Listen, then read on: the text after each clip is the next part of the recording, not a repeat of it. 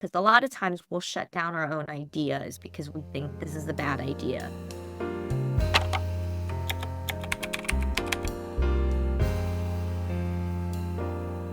What was kind of the biggest difference in those two, the farewell and expats, in terms of like your logistical process of writing them? Well, the farewell I wrote on my own. And, so that was just quite challenging. Like how, like, I talked to friends and I would talk to producers and I would get notes.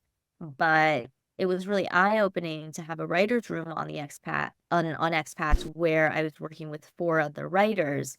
And we, in a way, like you can really you know, trial all of these different options and test them in that room with each other. Like somebody would pitch an idea, and okay, this is the bad version of an idea, but I'm just gonna say it. And someone would go, actually, that's not as bad as you think. Like, why do you think it's bad? Well, it's cliched. Well, what if we did like a slightly different version of the thing that you said? So it's less cliched, but we still maintain this core. Like you're able to have that process, with other people as opposed to in your own head. Because a lot of times we'll shut down our own ideas because we think this is a bad idea. But it's actually really important to write the bad version of the scripts because you don't always know why you're shutting yourself down. Is it because it's bad or is it because it's too vulnerable for you? And maybe it's too personal. And so, if you have an instinct, it's just important to chase all instincts and not be afraid of writing a bad script. And that's something that I've learned by being in the writer's room with these other incredible, brilliant writers is no idea is a bad idea. Put it all up and do the editing later. You can't write and edit at the same time. You have to just create the clay and then edit it later, right? Carve it later. But if you're like trying to create clay and as you're stirring in water, you're like, oh no, this is bad clay. Oh, don't do that. You just need like a mound and it doesn't still look good. I'm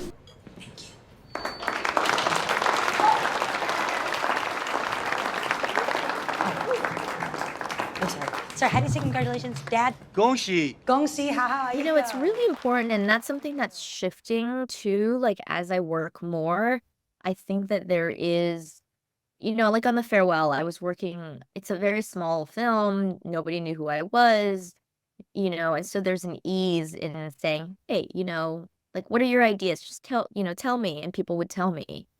And then going on to expats, I realize it's a much bigger set. People see that it's Nicole Kidman and Amazon, and there are power dynamics that maybe I don't take on personally. Like I don't see those because I haven't changed. I don't think that I have, but maybe other people might bring that into the equation. And so I've had to become much more aware that even if I say to someone, hey, I would love your ideas, they might not take it seriously or they might still be scared. They might not, want to be too honest. And I think just continuing to say that, continuing to ask, even in the writer's room, one of the writers would always raise her hand every time she had an idea. And I had to be like, why are you raising your hand? Just talk. And she was like, well, in previous rooms, like you had to, there was a pecking order in a way. And it took a while for her to get it out of her system. Even when I told her, you don't have to raise your hand, she would still raise her hand for several more weeks until finally she stopped. So I think it's just like, in a way, like the repetition and asking people and saying to them, hey, look, like you're really helping me if you're honest, because I need to surround myself with people who are going to tell me the truth, who are going to tell me this is not authentic, this is wrong, because if you don't tell me, then when it's out in the world, I'm gonna be embarrassed because nobody told me that, this character is actually not written this way or this is a wrong way of saying the dialogue.